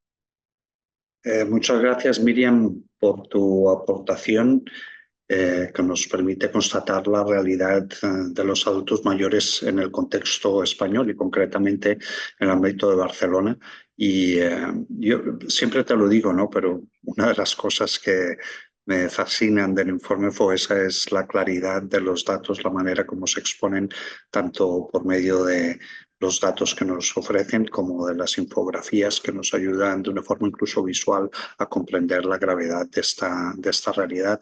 Por lo tanto, muchísimas gracias por esta aportación tan importante. Ahora tenemos que ir adelante en nuestro programa y last but not least, como dicen los británicos, tenemos ahora la participación de Albert Bauló. Como hemos comentado antes, en estos webinars que organizamos entre la Universidad Ramon Llull y Cáritas de Barcelona sobre temáticas sociales, siempre hemos querido presentar iniciativas que sirvan como ejemplo de buenas prácticas de cara a afrontar el tema que nos ocupa, en este caso la inclusión social de los adultos mayores. Y precisamente con este objetivo tenemos ahora el gusto de contar con la participación de nuestro siguiente ponente, que es Albert Bauló. Buenas tardes, Albert. Un gusto tenerte con nosotros. Buenas tardes, Joan Andreu. Albert es licenciado y tiene un MBA por ESADE, uno de los centros también de la Universidad Ramon Llull. Ha desarrollado su carrera profesional en los ámbitos de la consultoría, dirección de proyectos y agencias de marketing y comunicación, y desde hace más de 15 años está involucrado en proyectos de impacto y compromiso social, tanto que actualmente es el responsable del área de dirección de proyectos y transformación digital en la Fundación Peratarres. Y para aquellas personas que nos estáis siguiendo desde América Latina, la Fundación Peratarres es una entidad no lucrativa española que tiene por misión la promoción de la persona a través de la educación y especialmente en el tiempo libre y en la acción social. Y entre sus múltiples actividades se encuentra, por un lado, la Facultad de Educación Social y Trabajo Social Peratarres de la Universidad Ramon Llull, y también el proyecto que ahora nos explicará Albert, el proyecto Cuida. Albert, muchísimas gracias por tu participación y tienes la palabra. Muchas gracias, Joan Andreu. Bueno, en principio, agradeceros la oportunidad a todos de que podamos presentar este proyecto, que es muy chulo y muy interesante. Ahora lo veréis. Y antes que nada me gustaría un poco ubicaros un poquito en... Ya lo ha explicado un poco Joan Andreu, pero es que qué hacemos desde la Fundación. O sea, no solamente estamos haciendo temas de formación desde hace más de 60 años, sino que ya hace 15 que empezamos con la formación para familias que cuidan a otros familiares en situación de dependencia. Y bueno, durante todo este tiempo, pues a ver, hemos aprendido bastante. Todo el tema de las curas con familiares es una experiencia que todos más o menos acabaremos realizando. O sea, más que nada porque, bueno, ya os he comentado, o sea, nuestros familiares envejecerán y directa o indirectamente tendremos que cuidar de ellos. O sea, aunque tengamos recursos, pero o no, pero tendremos que cuidar de nuestros mayores. Eh, entonces, en este sentido, a ver, la responsabilidad de las curas de un familiar en situación de dependencia suele producir sobre todo cansamiento físico. Tienes situaciones delicadas con cargas emocionales, tienes que renunciar a muchas cosas en tu proyecto vital, y esto a la persona cuidadora que se encarga de estos cuidados, pues a ver, lo afecta un montón. Entonces, desde la fundación, este año, por ejemplo, hemos acompañado más de 1000 personas y tenemos un equipo de 20 personas que ayudan a este acompañamiento. Y hemos hecho cosas como hemos organizado formaciones, grupos de soporte, eh, hemos gestionado casales de gente mayor. Y una de las cosas que hemos hecho ha sido pues la realización de esta aplicación que se cuida, que es la que yo ahora os presentaré, y que, bueno, es una aplicación que la verdad es que es súper interesante y que principalmente tiene dos objetivos principales. Una, ofrecer toda la información de interés para las personas cuidadoras, o sea, pues recursos que puedan necesitar, actividades, servicios, esto por un lado.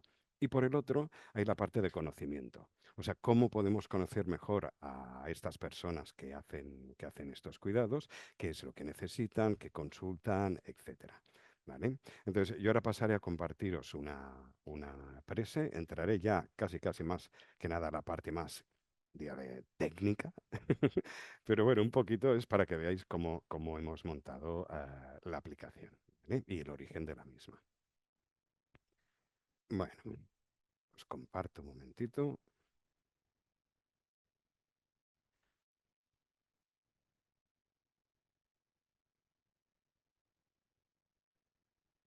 Vale, ¿me confirmáis que estáis viendo Sí, la prese? sí, sí, lo vemos bien, gracias, Albert. Perfecto, genial. Bueno, un poquito de qué se cuida. Cuida no deja de ser una plataforma digital y evidentemente su vocación es mejorar la calidad de vida de las personas cuidadoras no profesionales. Eh, Esto es importante, o sea, estamos hablando de personas cuidadoras no profesionales, no de personas que se dedican profesionalmente al ámbito de las curas. ¿Por qué? Porque suelen ser, eh, son cuidados evidentemente más, podemos decir informales, pero no, o sea, realmente son cuidados mucho más específicos y mucho más delicados que no los que podría hacer un profesional. Un profesional está preparado y muchas veces las personas cuidadoras no profesionales em, no están preparadas. O sea, te llega la situación de cuidar a una persona mayor sin saber cómo estás preparado. Es como cuando tienes un hijo. O sea, nadie te enseña a ser padre. O sea, pues aquí pasa exactamente lo mismo. Muchas veces no te enseñan a cuidar. O sea, entonces aquí es un poquito desde la fundación, que como os comentaba, hacemos temas de formación, es esta aplicación, cómo puede ayudar a estas personas cuidadoras no profesionales, pues a tener unos recursos, a hacer actividades, o sea, sobre todo lo que os comentaba, de mejorar su calidad de vida. ¿Vale? Entonces, os explico.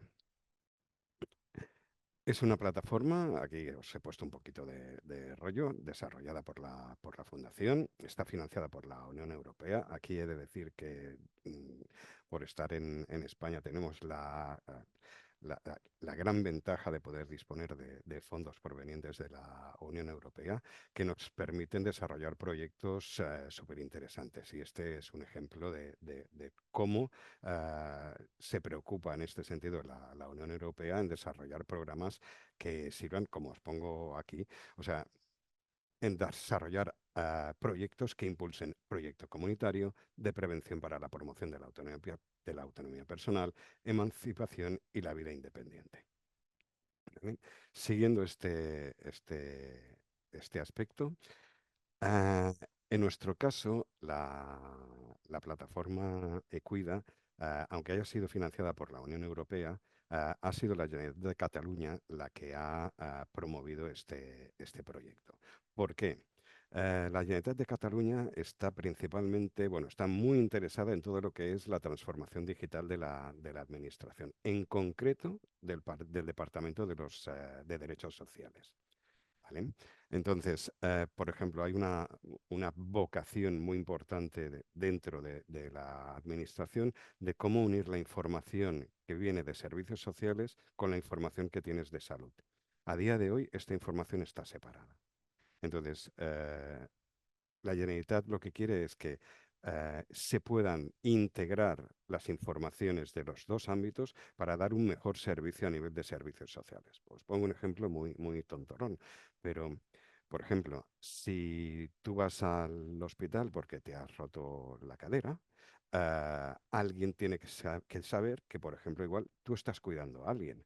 Me estás diciendo que si no tengo esta información de que estoy cuidando a alguien, ¿quién se va a enterar de que cuando yo me he roto la cadera o he ido al hospital, quizás sea necesario activar algún tipo de mecanismo para poder ayudar a esta persona que yo estoy cuidando? Entonces, en esta vocación de poder integrar los dos sistemas de información, por llamarlo de alguna forma, a la parte de salud y la parte de derechos sociales, es donde la Generalitat, con este proyecto de transformación digital, es donde ha desarrollado o ha financiado este proyecto o ayudado, digamos, a desarrollar este proyecto de Ecuida. Os he puesto aquí una presentación que se ve muy pequeñita, pero lo que tenéis en las figuritas del puzzle es que en derechos sociales de la Generalitat de Cataluña hay un montón de subsistemas de información. Tenemos la parte de gestión de urgencias sociales, tenemos la parte de tramitación de prestaciones, de prevención de riesgo, de gestión de servicios, como por ejemplo plazas libres en residencias o listas de espera, provisión de servicios, historial social con dependencia en salud, programación y planificación de servicios, etcétera, etcétera. Todos estos mini ecosistemas de sistemas de información es lo que desde la Generalitat de Cataluña se llama la plataforma e-social. Y Ecuida tenemos la suerte de estar dentro del subsistema W Social, que se dedica principalmente a todo lo que es la intervención social. ¿Vale? Entonces, esto que era importante ubicaros, o sea, ¿dónde estamos en Ecuida? O sea, estamos en un ámbito de integración de información desde la Generalitat de Cataluña para poder dar un mejor servicio a la ciudadanía en relación a toda la información que es necesaria para poder asistir a una persona. ¿Vale?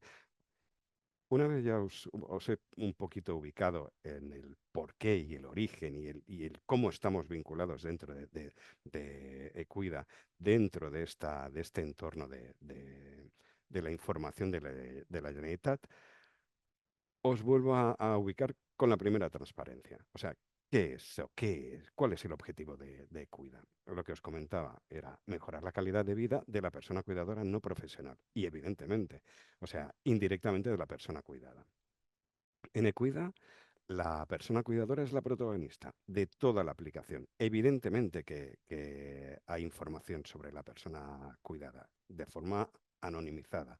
Esto es un tema, a ver, es importante decirlo porque también hay que tener en cuenta todo el tema de ley de protección de datos, ¿vale? O sea, no podemos suministrar o proporcionar información de la persona cuidada sin su consentimiento. Entonces, en este sentido, por eso el centro de la aplicación es la persona cuidadora, no la persona cuidada, ¿vale? El usuario es la persona cuidadora. Lo que se ha comentado durante esta ponencia, hay una perspectiva comunitaria, de forma que todos los agentes implicados puedan ofrecer sus recursos y servicios dentro del aplicativo. O sea, Ecuida no deja de ser un hub, no deja de ser un hub donde todo el mundo puede ponerse en contacto. Cuando digo todo el mundo, es desde las personas cuidadoras no profesionales, los servicios sociales, entidades públicas y privadas que puedan ofrecer servicios de cuidados. Y bueno, después queremos incorporar el tema de modelo de gestión autónomo. ¿Esto qué quiere decir? Que en Ecuida cada una de las entidades que participan dentro de la misma pueden publicar sus contenidos de forma autónoma. O sea, quiere decir que todas estas entidades que puedan participar, pues no sé, pues como nosotros, fundaciones, asociaciones, cooperativas, cualquier entidad del entorno social, de la economía social y que tenga su objetivo principal, todo lo que sea, ofrecer servicios en el entorno de los cuidados, podrán disponer de esta plataforma para, evidentemente, dar servicio a estas personas cuidadoras no profesionales. Bien, es un poquito, es una transpara muy simple, pero la plataforma está formada por una aplicación móvil y una aplicación web. Las dos son exactamente iguales. La única diferencia es en el entorno al cual accedes.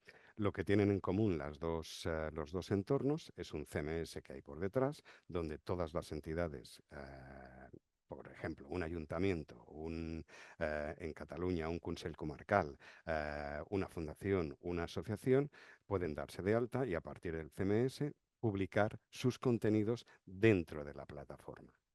¿Vale? Muy bien, aquí os enseño un poquito, es un poquito un ejemplo, o sea, os he de comentar que la plataforma a nivel de web app ya está operativa, o sea, está funcionando. Está en entorno de pruebas. Lo digo porque en breve haremos el lanzamiento, muy en breve, antes de final de año. Y aquí podéis ver un poquito qué tipo de contenidos son los que aparecen. Os hago una pincelada. Los contenidos principales que podemos encontrar en la plataforma son, aparte de las entidades que estén presentes en la plataforma, es todos los contenidos que estas entidades ofrecen. ¿Y a qué me refiero? Actividades. O sea, cuando una organización pues monta, yo qué sé, este fin de semana vamos a hacer un encuentro de familiares para hacer este tipo de actividades. Vale, esto es una actividad. Pero también podemos encontrar recursos. ¿Recursos en qué sentido? Pues, por ejemplo, vídeos, infografías, podemos encontrar documentos, audios, etcétera. Por ejemplo, pues los que tenéis aquí que estáis viendo, pues yo qué sé, un vídeo para hacer movilizaciones o una infografía para qué tipo de trámites puedo realizar para conseguir el PIA, que es una acreditación, digamos, de que la persona cuidada está dentro del sistema para poder recibir una serie de prestaciones. Otro tipo de contenidos, servicios. O sea, tenemos directorios, o sea, directorios que cualquier entidad puede presentar. Por ejemplo, un ayuntamiento puede presentar su directorio de servicios que tiene en un municipio determinado. ¿Vale? Al final, de lo que se trata es de que esta aplicación pueda dar servicio a estas personas cuidadoras de tal forma que cualquier cosa que puedan necesitar puedan conseguirla desde o a través de la utilización de la plataforma. Hasta aquí la parte de contenidos, pero si recordáis, al principio de mi intervención os he comentado el tema de conocimiento, o sea, cómo podemos conocer a las personas que están haciendo los cuidados. Dentro de la plataforma tenemos también disponible lo que llamamos la encuesta de calidad de vida. Es una encuesta que principalmente está basada en una serie de dimensiones. Ahora os comentaré un poquito cada una de ellas cuáles son, pero que ya se han comentado un poco a lo largo de las intervenciones que ha habido anteriormente. Por ejemplo, em, la dimensión física, o sea, lo que os comentaba, o sea, una persona que cuida, eh, este proceso de cuidados puede influir físicamente en esta persona. Me encuentro cansado cada vez que tengo mucho trabajo para hacer, después del trabajo me tengo que dedicar a los cuidados de la persona a la cual hago estos cuidados. Aparte de la dimensión física, ¿qué otras dimensiones podemos encontrarnos? La dimensión emocional. O sea, si estoy desanimado, si no lo estoy, etcétera. La dimensión parental familiar, cuántas personas me están ayudando en este proceso de curas. La dimensión relacional también. O sea, por ejemplo, pues tengo tiempo para ver a mis amigos, no tengo tiempo para ver a otras personas, para tener este apoyo informal que puedo tener tomándome un café. Después, evidentemente, la dimensión material. Tengo recursos para poder hacer mi proceso de curas, he de tirar de otro tipo de fuentes que no sean las de la propia familia. Dimensión de autodeterminación y desarrollo personal. O sea, que eso también es muy importante, lo que os comentaba de la renuncia. O sea, muchas veces si tú te dedicas a un tema de curas y de tener cuidado de tu persona cuidada, eh, lo que se ha dicho no deja de ser una renuncia a facetas de tu vida. Y sobre todo después la dimensión más de soporte formal. ¿Recibo realmente ayudas? ¿La administración me está ayudando en este proceso de cuidado? Entonces, todas estas dimensiones las tenemos contempladas en esta encuesta de calidad de vida que periódicamente vamos lanzando sobre los usuarios para poder un poco realizar el seguimiento de en qué situación están. Y aquí viene lo que en un principio os comentaba. Esta información es la que se va a integrar en este sistema de información de asistencia de la Generalitat de Cataluña para que Servicios Sociales pueda tener información súper cualitativa del estado de la persona que está acudiendo a servicios sociales. O sea, lo que estamos haciendo es complementar con información súper útil cómo vamos a hacer esta asistencia, este tutelaje, esta supervisión de una persona que necesita ayuda y que está yendo a servicios sociales, igual que lo que os he comentado al principio, de que podemos incorporar información de salud, ahora también incorporamos información cualitativa que estamos obteniendo desde la aplicación, desde este entorno de Ecuida. Y igual me he pasado de rápido, pero creo que en verdad tenía un poquito más de tiempo, pero me parece que un poquito he ido bastante rápido. Con lo cual, igual prefiero que si tenéis alguna pregunta después, me la podáis hacer y estoy a vuestra disposición. Pero como os comentaba, la situación actual del aplicativo es operativo. Solamente está operativo a día de hoy en web app. Estamos ahora haciendo todos los trámites para poder publicar tanto en Google Play como en Apple Store. Los que hayáis hecho desarrollo de proyectos ya sabéis que Apple es bastante divertido en este sentido y que siempre cuesta un poquito poder publicar tus aplicaciones en el entorno Apple.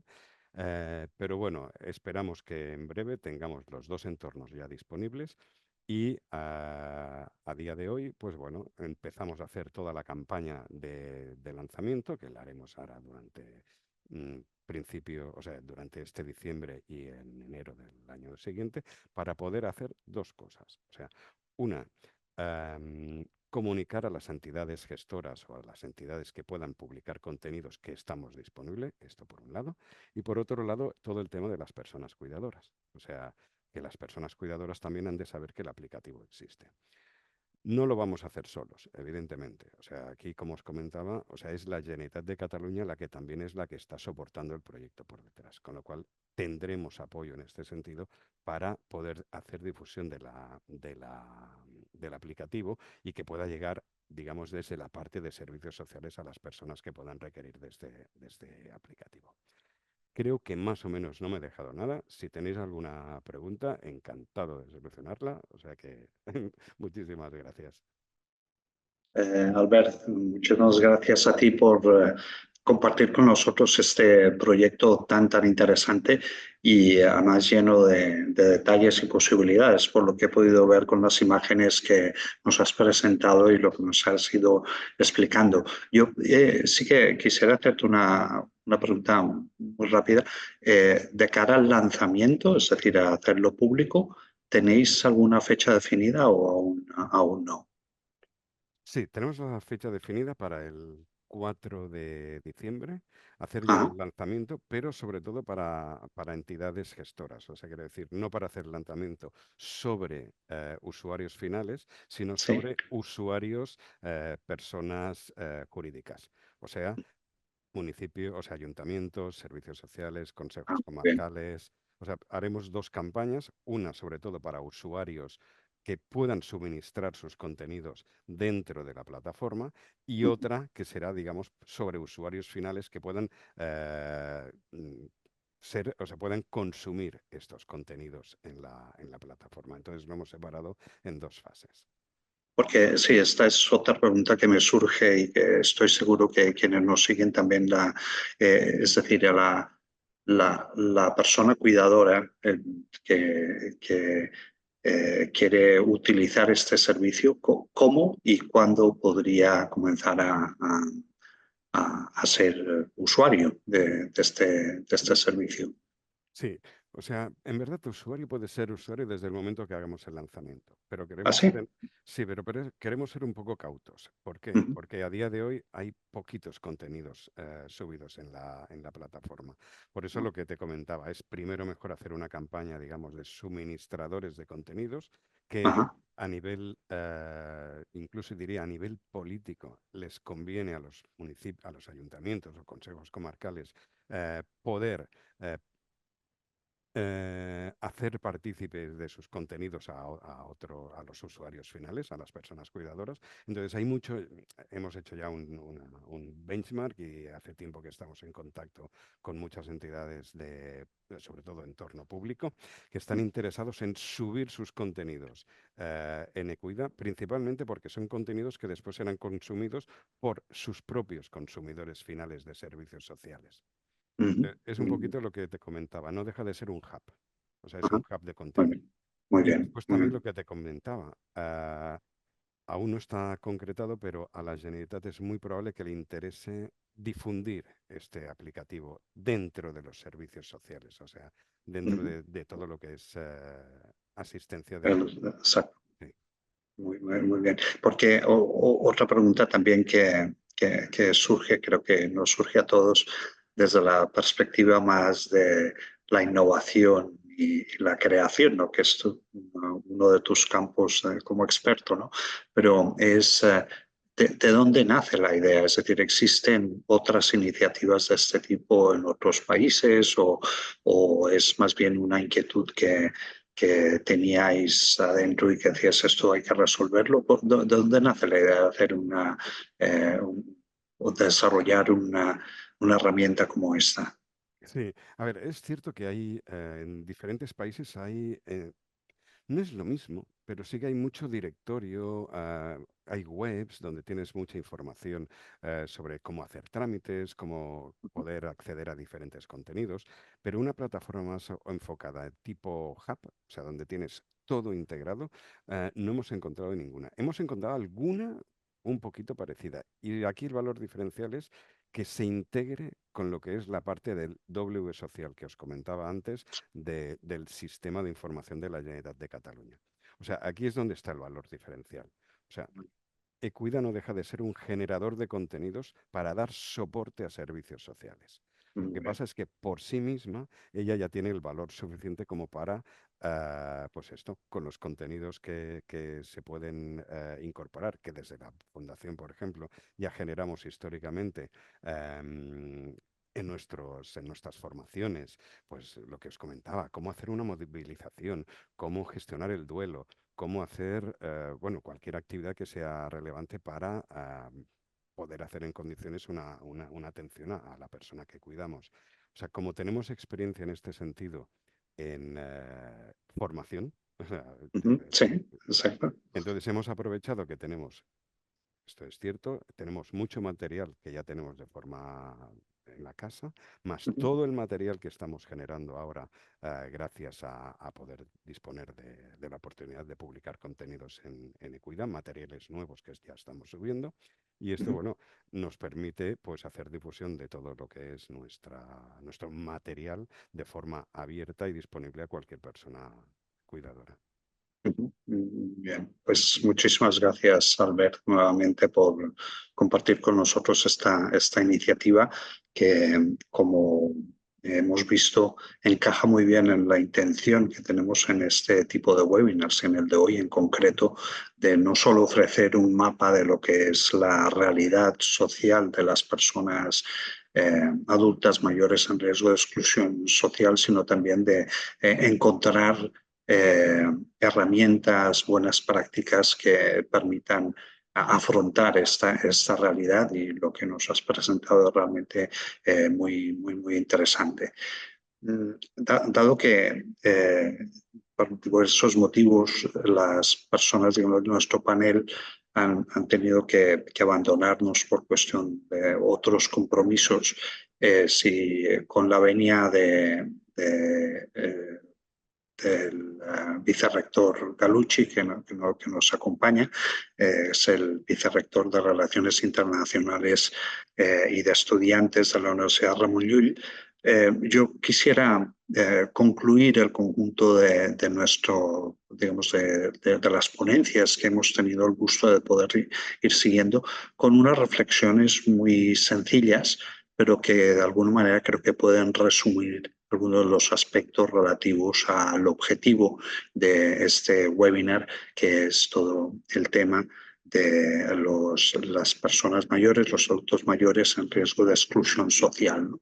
Y os propongo de hacerlo alrededor de 4, si queréis, conceptos clave que creo que nos pueden ayudar un poco como reflexiones finales de todo lo que toda la información, que es muchísima, que hemos recibido hoy relativa a todo el tema de la intervención social en el ámbito de de los adultos mayores, ¿no?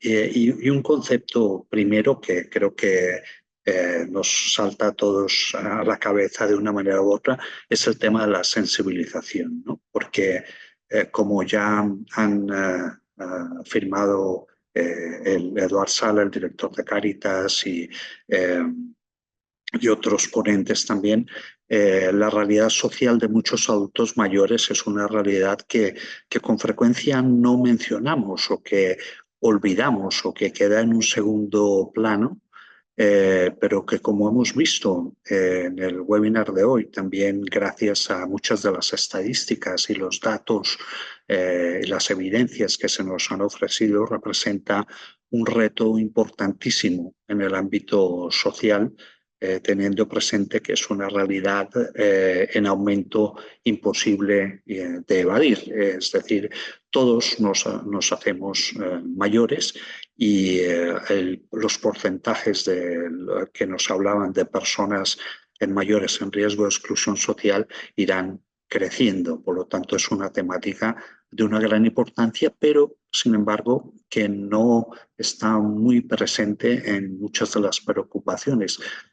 Si me permitís compartir una anécdota, hablando hace unas semanas con nuestros estudiantes aquí en nuestra facultad de estudiantes de educación y de trabajo social sobre esta temática, así de forma, digamos, informal. Claro, yo les preguntaba, ¿y entre vosotros cuántos queréis trabajar en el ámbito de los adultos mayores, ¿no? Como expertos en intervención social? Y el porcentaje era bajísimo. Algunos me decían porque es un tema que normalmente no tenemos presente, y también porque es una temática que presenta muchas dificultades, muchas responsabilidades, ¿no? Y yo creo que este trabajo de sensibilizar sobre esta realidad de las personas mayores en riesgo de exclusión social, creo que es un punto que nos queda claro que tenemos que continuar trabajando en el ámbito de la educación y en el ámbito de la aproximación del gran público a las grandes temáticas sociales, ¿no? Y otra palabra que os propongo como de reflexión final es la palabra intervención, es decir, la importancia de pensar la intervención social en el ámbito de las personas mayores con una orientación hacia el envejecimiento activo, es decir, el proceso de optimización de las oportunidades de salud, participación y seguridad, con el fin de mejorar la calidad de vida a medida que las personas envejecen. Y vinculado con esta idea de intervención, también quisiera añadir otra que está muy cerca de las instituciones que organizamos este webinar, ¿no? La Universidad Ramon Llull, Cáritas, la Fundación Pere-Tarrés,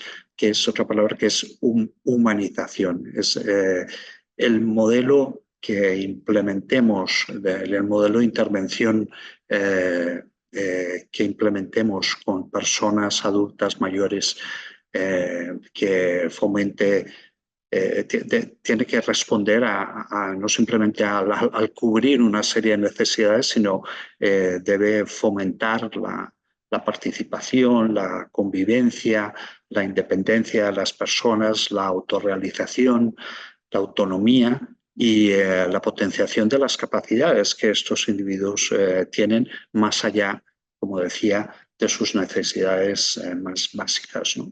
Y una última palabra así de reflexión, que es el tema del saber compartido, que yo resumo con la palabra colaboración. Podría incluso añadir la de internacionalización, pero bueno, la centramos en el concepto de colaboración. Es la importancia de identificar las buenas prácticas en el campo de la intervención social orientada a los adultos mayores, tanto a nivel regional como nacional, como internacional, como vías no solo de ir descubriendo ideas, iniciativas que pueden realmente ayudar en este trabajo de intervención en el campo de los adultos mayores en riesgo de exclusión social, sino también para poder ir creando o adaptando modelos de intervención social que sean flexibles y activos. Por lo tanto, por mi parte, como manera de meditación, si queréis decirlo así, os dejo con estos 4 conceptos: sensibilización, intervención, humanización y colaboración. Y ya para cerrar nuestro webinar con puntualidad, ahora doy la palabra al doctor Carlo Gallucci, vicerrector de Relaciones Internacionales y Estudiantes de la Universidad Ramon Llull, que también colabora durante varios años en estas iniciativas que realizamos desde la Universidad Ramon Llull junto con Cáritas de Barcelona. Carlos, gracias por estar aquí. A ti la palabra. Muchas gracias. Buenos días, buenas noches a todos. Hay una pregunta que se ha formulado que no se ha contestado y que la voy a leer, que dice: hay muchas personas mayores que son cuidadoras que no tienen las habilidades ni quizás medios para consultar esta aplicación. Se refiere a la presentación de Albert Baulot. ¿Cómo se resolverían estos posibles casos? A ver, te puedo contestar desde todo lo que la Fundación lleva haciendo desde hace ya más de 15 años. La aplicación es, digamos, una herramienta más para poder formar a estas personas que tienen estas necesidades de estar con, o sea, de tener habilidades y capacidades para cuidar de sus personas queridas. Entonces, evidentemente no dejamos de hacer nuestra labor de formación de forma altruista con diferentes tipos de actividades para las personas que, por ejemplo, lo que se ha comentado antes, que pueden tener cierta brecha digital. O sea, es cierto que no todo el mundo tiene acceso a dispositivos, que no todo el mundo tiene acceso a Internet, pero bueno, lo que tampoco podemos hacer es olvidarnos de que el mundo corre, corre muy deprisa, y de que sí que es verdad que podemos, o sea, es nuestro deber en este sentido, pues generar nuevas herramientas para poder dar precisamente este soporte a las personas cuidadoras.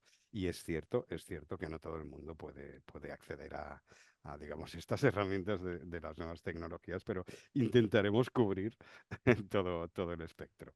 Muy bien, perfecto. La pregunta no era mía, era de un asistente, pero creo que ha sido muy bien contestada y de forma muy exhaustiva, y sobre todo afirmando que estas situaciones se tienen en cuenta y que entonces se utilizan otros medios para proveer de esta formación, información, etcétera, etcétera. Bueno, a mí solo me toca cerrar, que es lo más fácil en realidad, ¿no? De un webinar o de cualquier actividad. Es un pequeño privilegio que me da el hecho de ser el vicerrector, que se responsabilice, entre otras cosas, de todas las actividades de cooperación que realizamos en nuestra universidad.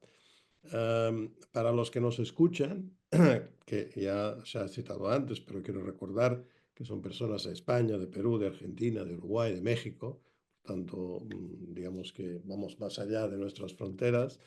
En nuestra universidad, que es una universidad con muchas disciplinas, siempre se preocupa por lo mismo, ¿no? Es decir, a nosotros nos interesa que nuestra gente sea muy bien formada técnicamente, que sean buenos enfermeros o buenos economistas o buenos ingenieros o buenos arquitectos o buenos, pues esto, ¿no? Trabajadores sociales, ¿no? Y educadores sociales. Pero sea cual sea su disciplina, su vocación, nos interesa que sean buenas personas. Y nos interesa que sean personas capaces de aportar a la sociedad. Además, como tenemos el privilegio de poder escoger buenos alumnos que tienen mucho potencial de crecimiento, mucho potencial para aportar, pues claro, tenemos más responsabilidad todavía, porque si tenemos muy buena, perdonad la manera de decirlo, materia prima, pues aumenta más la responsabilidad porque serán personas que tendrán más capacidad de impactar en la sociedad. Por eso, actividades como estas son muy importantes para nosotros. No solo este tipo de actividad, pero también este tipo de actividad es importante y van dirigidos a toda la comunidad universitaria, no solo a los estudiantes, que evidentemente son los principales objetivos, ¿no?, de este tipo de formación y también pues de actividades generales que hacemos a lo largo de todo el año, de manera online, tanto virtual, o también de manera presencial en nuestras sedes, pero también fuera de nuestras sedes y fuera de nuestro país, diría, ¿no? Porque muchas actividades se realizan en el terreno, sobre todo en áreas como América Latina, justamente, o África o Asia, donde, claro, las realidades, ni peores ni mejores, sino las realidades son culturalmente y estructuralmente distintas a las que estamos acostumbrados a vivir nosotros. Y en un mundo global nos interesa que nuestra gente entienda la diversidad cultural y situacional en la cual se pueden ir a enfrentar como personas y como profesionales. Por tanto, bienvenido sea un webinar como este y espero muchos más. En este caso, además, me siento muy identificado por la edad, ¿no? Es decir, claro, hay que ser realistas. Claro, cuando me miro en el espejo no me parece que, pero después me doy cuenta de que sí, que también soy parte de este grupo cada vez mayor, no solo de edad, sino en cantidad, en todo el mundo, como hemos visto también por los datos de nuestra compañera de la Universidad Católica de Uruguay. Por tanto, si siempre sigo con interés estos webinars, hoy había un interés algo, no quiero exagerar, pero sí algo más especial y personal. Yo me toca agradecer, básicamente, ¿eh? Y los agradecimientos son múltiples y espero no olvidarme de nadie. Lo voy a intentar por lo menos y si no, el decano está autorizado a llamarme la atención, si me olvido de alguna cosa. A ver, primero el agradecimiento tiene que ir a Cáritas. La Cáritas Diocesana de Barcelona, en este caso a Cáritas en general, pero en lo específico a Cáritas Diocesana de Barcelona, porque desde hace muchos años ya no solo colabora con todas las instituciones que forman la Universidad Ramon Llull, sino con el propio rectorado, por el objetivo que he explicado antes, por otra parte, ¿no? Y además ellos lo hacen a través de un área de su actividad muy interesante, que es Universidad con Corazón, traducido al castellano, en catalán es Universitat amb Cor. Y en eso, pues la verdad que tener relación con ellos nos permite realizar actividades de esta naturaleza. No podríamos, o sí podríamos, pero no tendrían el mismo nivel desde mi punto de vista y la misma calidad y sobre todo la misma relación con la realidad que se vive pues cada día. Nosotros no dejamos de ser una universidad, Cáritas está en el terreno dando su servicio a quien lo necesite. Así que este binomio para nosotros es muy importante y, por tanto, de forma ya institucional, agradezco a Cáritas Diocesana de Barcelona su compromiso que además se ha demostrado con la presencia en la inauguración con su director, el director de Cáritas de Barcelona, que es el señor Eduard Sala, y además institucionalmente con la presencia de nuestro rector, que es el doctor Rom. Pero sin ciertas personas de Cáritas, ciertos voluntarios se llaman, sería muy difícil realizar cosas de esta naturaleza. Y quiero agradecerles de forma personal, es decir, el coordinador general ahora de Universitats amb Cor es el señor Félix Riera, al cual va nuestro agradecimiento, y como no, a nuestros compinches, perdonad digamos, la frivolidad, pero que no quiere ser frívola de la definición, porque realmente los sentimos como cómplices, a dos personas que para nosotros son muy importantes, que son August Bou y Antoni Izquierdo, personas que podrían vivir fantásticamente su, como diríamos, edad avanzada, bueno, su seniority, que así queda todavía mejor, pero que han puesto a disposición su seniority para actividades que mejoren, digamos, nuestra sociedad. Así que Félix, Augusto y Toni, Antoni Izquierdo le llamamos Toni, muchísimas gracias por vuestra presencia constante, sobre todo por el entusiasmo que siempre estáis metiendo en todo lo que hagamos. De hecho, Augusto y Toni, junto con el decano, Joan Andreu, son los coorganizadores de este webinar y de otras actividades que vamos haciendo a lo largo del año. Evidentemente, no hay webinar si no hay ponentes. Y en este caso, bueno, la verdad es que tenemos suerte de que cada año podemos contar con ponentes prominentes desde muchos puntos de vista.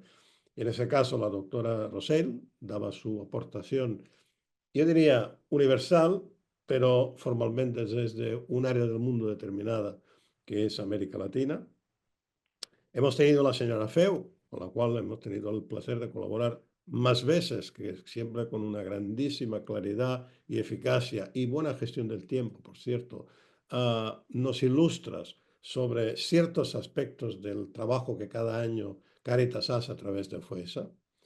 Y, como no, pues el señor Bauló, que nos ha metido de lleno en cómo la dimensión digital puede ayudar. De eso se trata. De hecho, no es la finalidad, sino es el medio que nos ayuda a hacer las cosas mejor y que sean más útiles para todos. Además, tengo el placer de compartir con él la misma formación en la misma institución a la cual yo pertenezco, además, como profesor. Por su suerte no ha sido alumno mío, creo. Después, claro, aquí siempre hay un reto en el online, en un webinar, porque ¿cómo vas a coordinarlo? Bueno, aquí tenemos un experto ya, que es Joan Andreu Rocha Escarpeta, el decano de la Facultad de Educación Social y Trabajo Social Peraterrés, pues como siempre lo has hecho fantásticamente bien, Joan Andreu. Y a él va mi agradecimiento, el agradecimiento de nuestra institución, pero también a una persona que sin ella quizás no sería tan eficaz, como es Marta Sala, que le hace de back office, digamos así, ¿no? Los alumnos de la facultad que han participado, que se han conectado, han participado. Es verdad, claro, parece que le quede lejos esto, y por eso quizás menos interés profesional o menor interés profesional, pero las cosas van cambiando y estoy seguro que este porcentaje de interés irá aumentando en los años venideros. Así que gracias a ellos por asistir.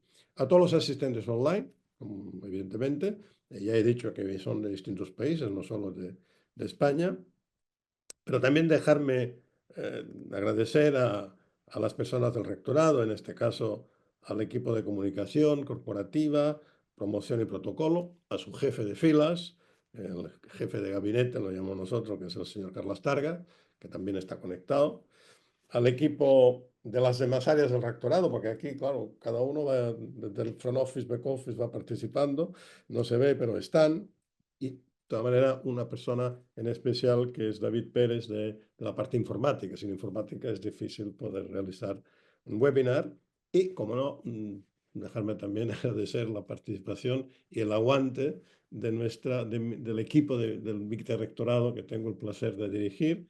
Pero dejarme también citar un nombre que es como la madre de la criatura, que siempre está detrás, preocupada, no solo ahora, sino antes, ahora y después, que es Maite Sala, que pues realmente añade valor a este tipo de actividad. Bien, el objetivo era concienciar, informar, motivar, en el caso de nuestros alumnos, educar.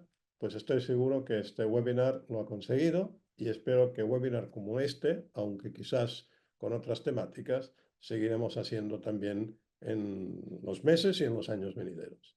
Muchas gracias a todos y pues a la próxima. Y además estamos, digamos, respetando los tiempos asignados, hasta nos sobran 3 minutos. Muchas gracias a todos y hasta la próxima. Hasta luego.